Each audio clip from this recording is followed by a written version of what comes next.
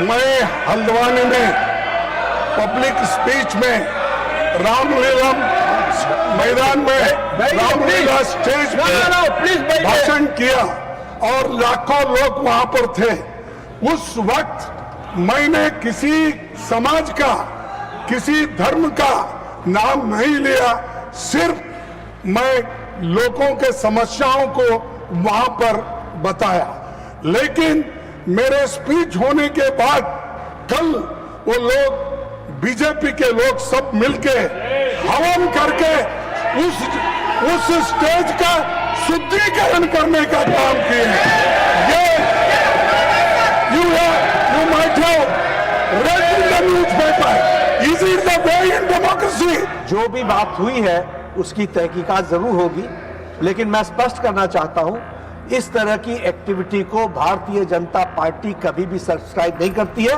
मैं भर्त्सना करता हूं और मैं भर्त्सना भी करता हूं और राष्ट्रीय अध्यक्ष जी इसको गहराई से देखेंगे भी, लेकिन आपकी भावनाओं को जो ठेस पहुंची है वो सच में हम सबके लिए खेद का विषय है। मैं एक शेड्यूल कास्ट हूँ, मैं एक दलित हूँ, मेरे को मदद करो, मेरी रक्षा करो बोल के कभी किसी के सामने गिड़गिड़ाया नहीं। मैं लड़ने की शक्ति है, मैं लड़ता हूँ, लेकिन तुम मुझे अनटचेबिलिटी का ये करके, शुद्धिकरण करके अपमान करते हो।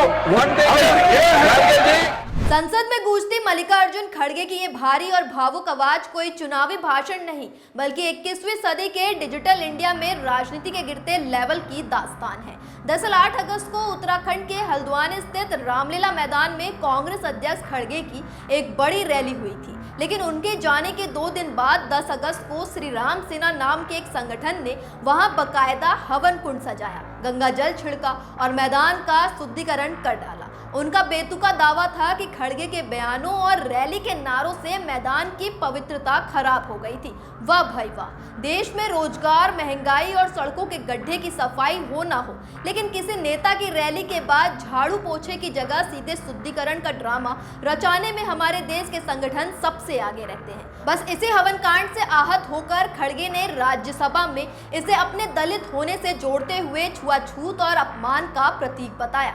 खड़गे ने साफ साफ सवाल दागा कि क्या लोकतंत्र में यही सब बचा है और क्या इस देश में दलितों के लिए कोई जगह नहीं है। मैं एक शेड्यूल कास्ट हूँ, मैं एक दलित हूँ, मेरे को मदद करो, मेरी रक्षा करो बोल के कभी किसी के सामने गिड़गिड़ाया नहीं। मैं लड़ने की शक्ति है, मैं लड़ता हूँ, लेकिन तुम मुझे अनटचेबिलिटी का ये करके, शुद्धिकरण करके अपमान करते हो।